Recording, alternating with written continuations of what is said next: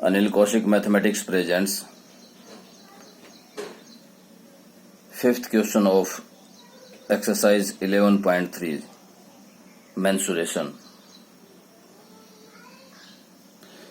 देखिए पांचवा क्वेश्चन क्या है. Daniel is painting the wall and ceiling of a cuboidal hall.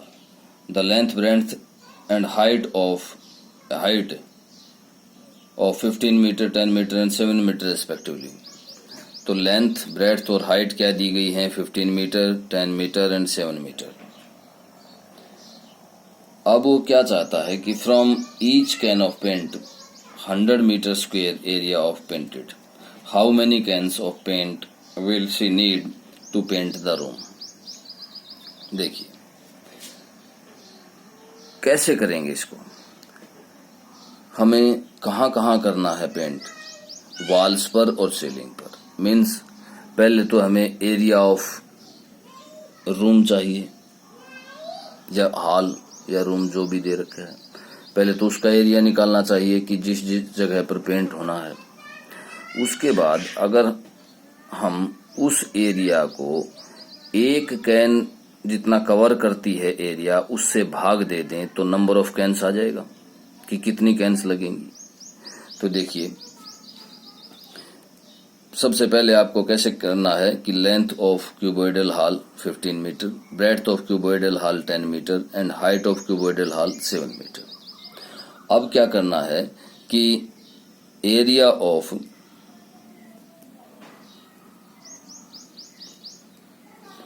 Cuboidal hall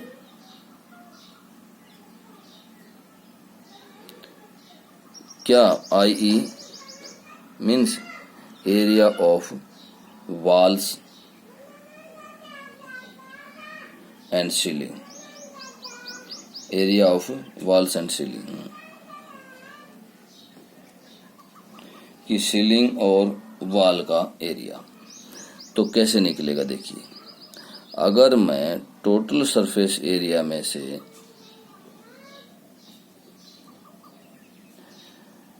area of bottom या फर्श का एरिया घटा दूं टोटल सरफेस एरिया में से तो area of walls and ceiling आ जाएगा. छत का एरिया और दीवारी का एरिया अगर हमें निकालना हो तो टोटल सरफेस एरिया में से अगर फर्श का एरिया घटा दे तो इन सब का एरिया आ जाएगा. अब देखिए कैसे निकालोगे. टोटल सरफेस एरिया क्या होगा? 2 इंटू 15 इंटू 10, 10 इंटू 7 और 7 into 15 minus area of bottom. ये लेंथ है, ये ब्रेड्थ है, तो एरिया ऑफ बॉटम क्या होगा? 15 इंटू 10. ये हो जाएगा. अब इसको कैलकुलेट कीजिए. इसको कैलकुलेट करने के बाद ये 150 और ये कितना आएगा? 70 और ये आ जाएगा 105 माइनस ये 150. अब इसको टोटल कैलकुलेट करने के बाद ये आ जाएगा total 500 metre square.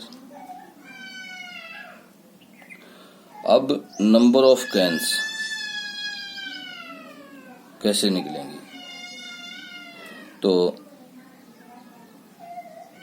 Area of walls and ceiling divided by area of reason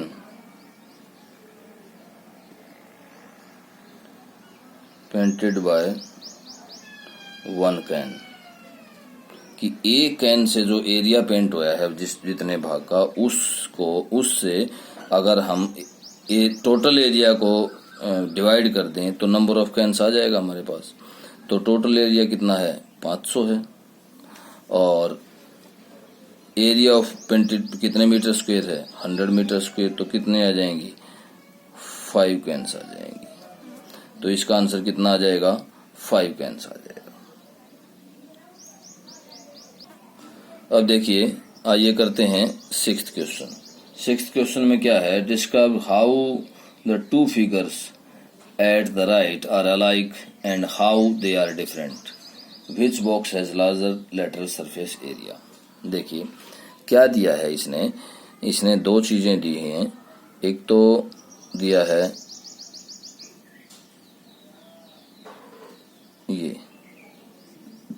ये भी क्या दी है, यहाँ से यहाँ तक 7 सेंटीमीटर, और इसकी रेडियस क्या दी है, रेडियस दी है 7/2, या पूरा डायमीटर दिया है इसने 7 सेंटीमीटर। और इसी तरह से क्यूब बनाई है,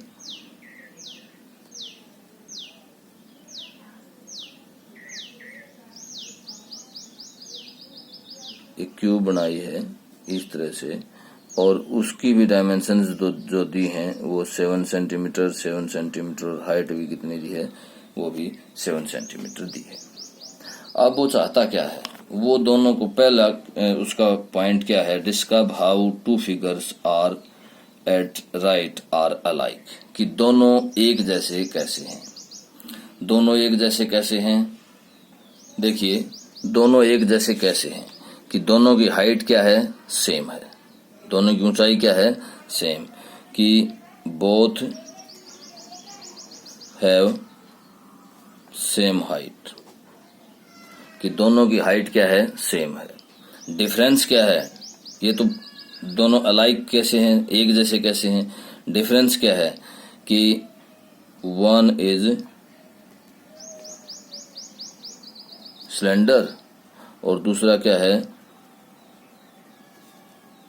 अदर इज क्यूब, कि दूसरा क्या है, क्यूब है। तो इस तरह से ये क्या है, दोनों डिफरेंस, ये डिफरेंट हैं। अब क्या कहता है कि which box has larger lateral surface area, lateral surface area निकालना है। तो लेटरल सरफेस एरिया सिलेंडर का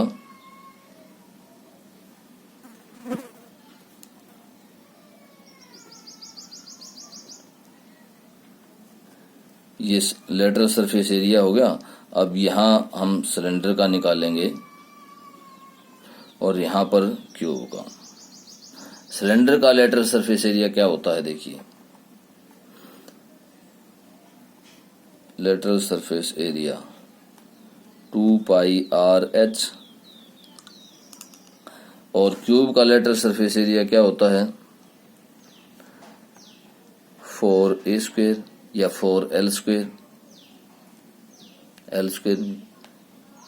तो इस तरह से क्या आएगा हमारे पास, 2 × 22/7, r कितना हमारे पास, रेडियस 7/2, और h कितना है, 7। अब ये यहाँ ये कट गया, ये कैंसिल, मीन्स इतने सेंटीमीटर स्क्वायर। और इसका अगर निकालेंगे तो 4 × 7 × 7, तो ये कितना आ जाएगा, 196 सेंटीमीटर स्क्वायर। अब किसका लेटरल सरफेस एरिया ज्यादा है, तो क्या लिखोगे, क्यूब हैव मोर या लार्ज लेटरल सरफेस, मोर या लार्ज लिख सकते हो, लार्ज लेटरल सरफेस एरिया, कि क्यूब का जो है एरिया जो है वो क्यूब का वक्र पृष्ठ का क्षेत्रफल लेटरल सरफेस एरिया ज्यादा है। ठीक है, इस तरह से आप 6th क्वेश्चन करेंगे। Okay, thank you.